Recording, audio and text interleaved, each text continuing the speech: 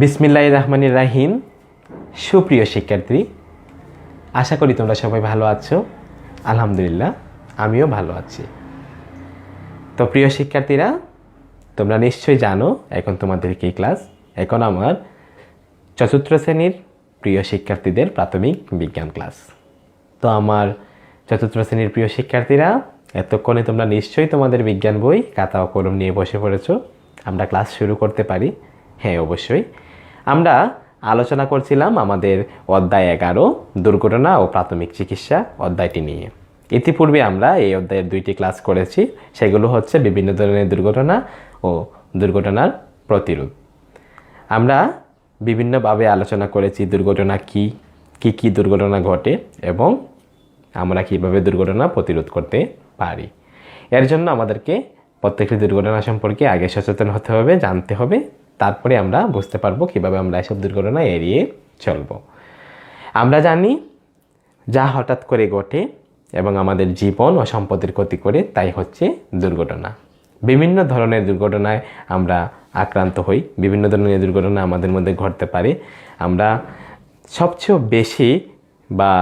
বেশি যে সকল দুর্ঘটনার সম্মুখীন হই সেগুলো হচ্ছে পড়ে যাওয়া, কেটে যাওয়া, আগুনে পোড়া, আগুন লাগা, বিদ্যুৎ স্পষ্ট হওয়া এবং বিষক্রিয়া, সাপে কাটা, পানিতে ডুবা ইত্যাদি।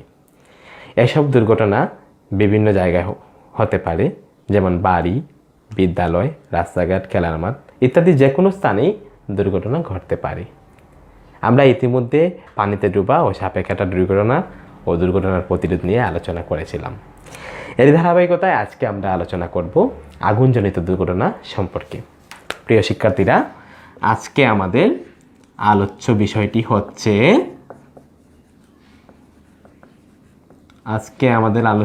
হচ্ছে আগুনজনিত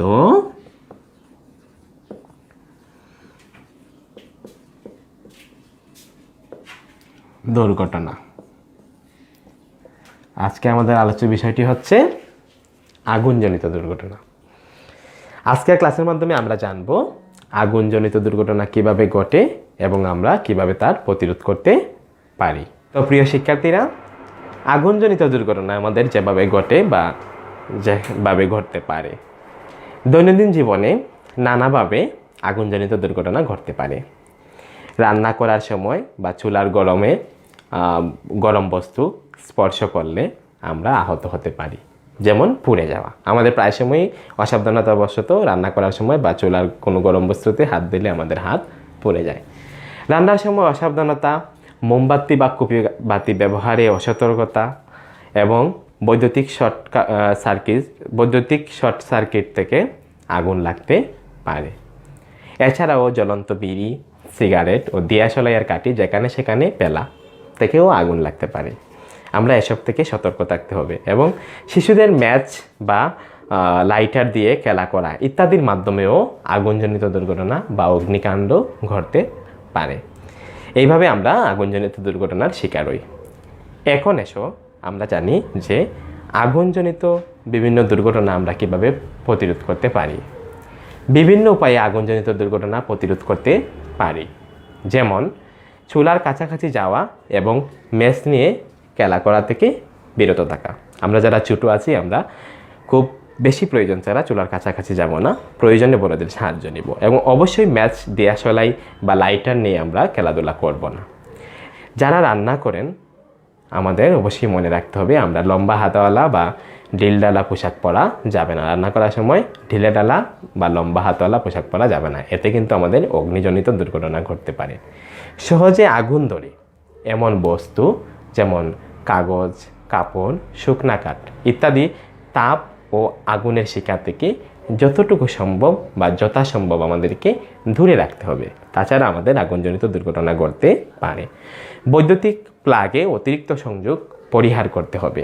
বৈদ্যুতিক প্লাগে অতিরিক্ত সংযোগ করলে আমাদের বিভিন্ন শর্ট সার্কিট ঘটে, বিভিন্ন ধরনের আগুনজনিত দুর্ঘটনা ঘটতে পারে।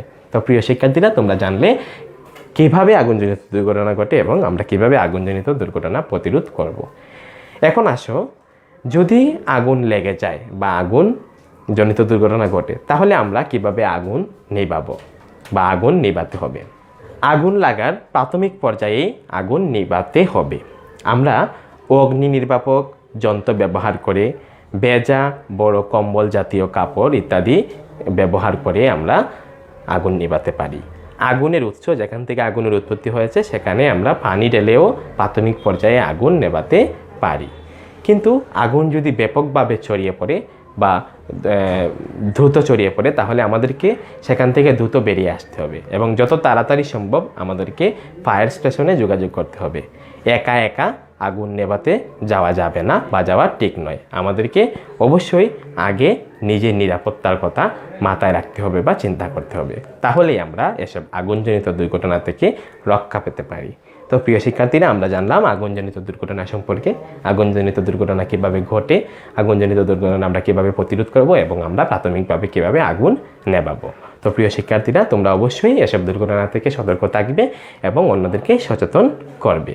তো প্রিয় শিক্ষার্থীরা, আজকের ক্লাসে আমি তোমাদেরকে ছোট্ট একটি হোমওয়ার্ক দেব, সেটি হচ্ছে আমরা কিভাবে আগুনজনিত দুর্ঘটনা প্রতিরোধ করতে পারি। প্রিয় শিক্ষার্থীরা, হোমওয়ার্কটি কি?